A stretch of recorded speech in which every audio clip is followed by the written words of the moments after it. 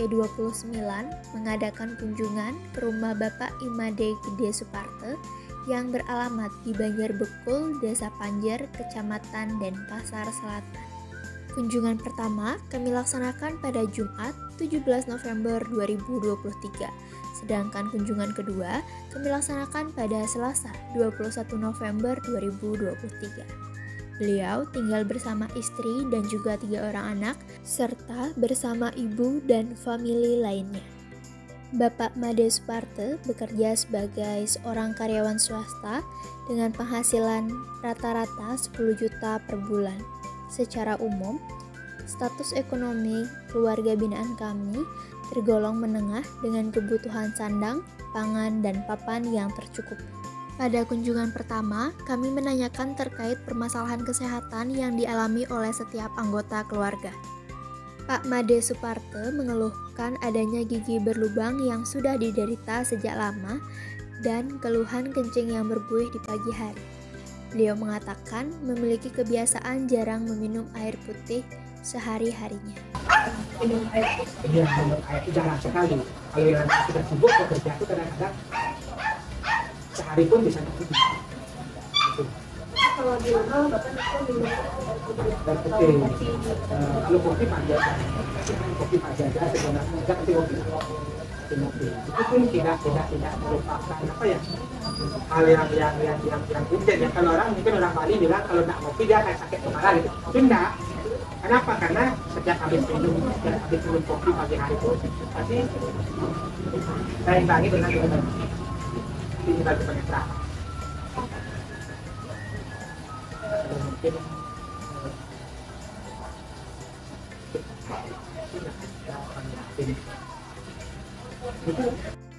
Beliau juga menjelaskan kondisi kesehatan anggota keluarga lainnya, seperti istrinya yang menderita hipertensi, ibunya yang menderita pembengkakan pada ekstremitas bawah, dan adiknya yang mengalami kelainan tiroid dan juga sinusitis. Kita disarankan banyak minum karena kekurangan air lah, boleh dikatakan kita kekurangan air minimal itu seharusnya yang kita minum minimal 5 liter ya. Ya kadang-kadang paling habis makan kita bisa nggak minum air nih, seperti itu. Kadang-kadang nggak bisa minum air ya. Nggak ngerti juga sih sekarang padahal kalau boleh dikatakan itu yang namanya, kalau boleh saya perumpamaan. Tahu mesin molen ya untuk bahan bangunan itu, dulu kalau dibilang kan mobil itu kan yang bawa itu kan terlalu berputar ya. Nah itu isi air ya. Nah itu mungkin itu pengaruhnya kayaknya, karena kita ginjal kita itu karena hasilnya seharian itu paling pagi habis makan, pagi minum sebelum kamar mandi kita biasa minum, sebelum mandi kita biasa minum. Itu makan, minum, kita ada yang bawa itu juga. Nah setelah lewat dari rumah itu kadang-kadang di tempat kerja itu kan saya jalan itu paling-paling kalau gimana saya ambil. Ini kalau saya buang air kecil, tapi saya imbangi dengan air lagi. Buang air kecil nih.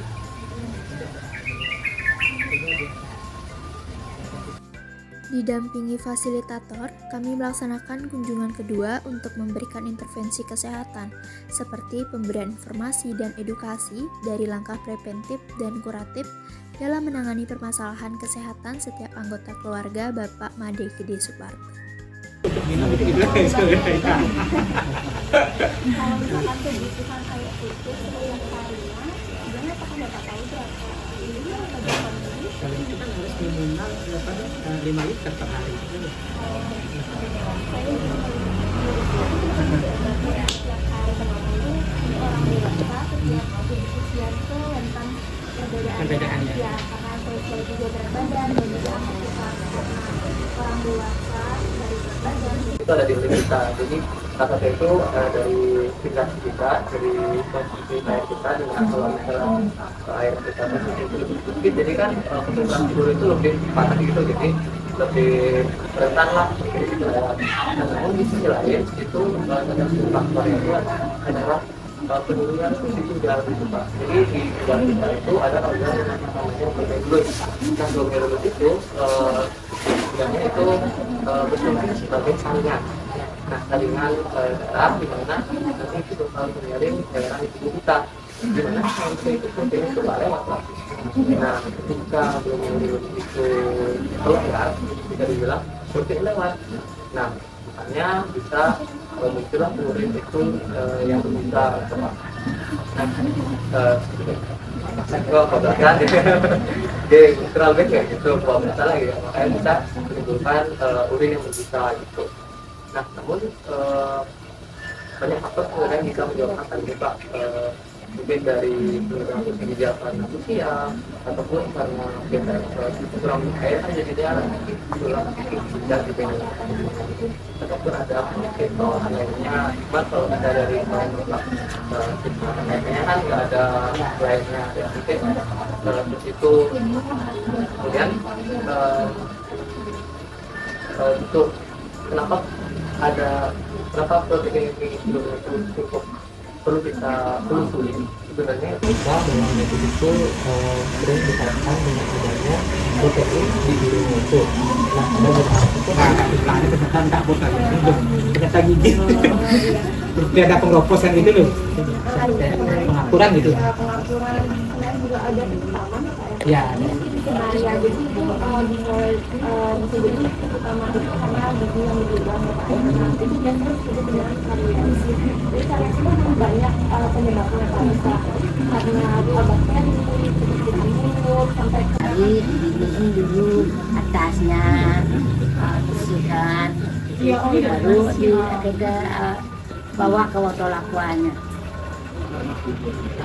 Botol aqua sabunnya, airnya. Makanya kalau memang nenek merasa kayak udah kesehatan banget, langsung aja ubah posisinya. Biarin dia aliran darahnya itu lancar. Karena ini mungkin bisa karena faktor dari nenek kan nenek sempat mengatakan sebelumnya kalau nenek sering duduk terus habis itu beraktivitasnya itu jalannya lebih lama untuk ke ya itu merupakan salah satu faktor yang bisa menyebabkan nyaki nenek membengkak mengalami karena itu nanti pembuluh darah atau aliran darahnya tidak lancar jadi menetap di sana lalu dirinya membengkak karena hal tersebut jadi ada beberapa yang bisa nenek lakukan. Nanti kalau misalnya nenek mulai merasakan sakit atau mungkin sakit bisa diangkat sedikit kakinya nenek jadi ditaruh di atas bantal biar alirannya Udah, kalau tidur itu udah, betulnya udah tinggi itu yang minyak bantalnya itu udah. Kalau udah capek lagi dia turun nih gitu. terus nenek suka makan makanan yang kayak mengandung garam nggak kayak asin kayak yang makan makanan asin atau makanan yang mengandung banyak garam gitu? Nggak senang lah. Tapi cuman udah mulai Yang ini aja udah menjadi udah nggak ada. tubuh kulit kita tubuh dan juga lain sebagainya. Kalau Dalam IPE 3 ini, kami belajar untuk meningkatkan kemampuan dalam berkoordinasi dan juga berkomunikasi antar anggota tim. Selain itu, kami juga dapat mengetahui dan mengkaji permasalahan kesehatan yang ada di masyarakat.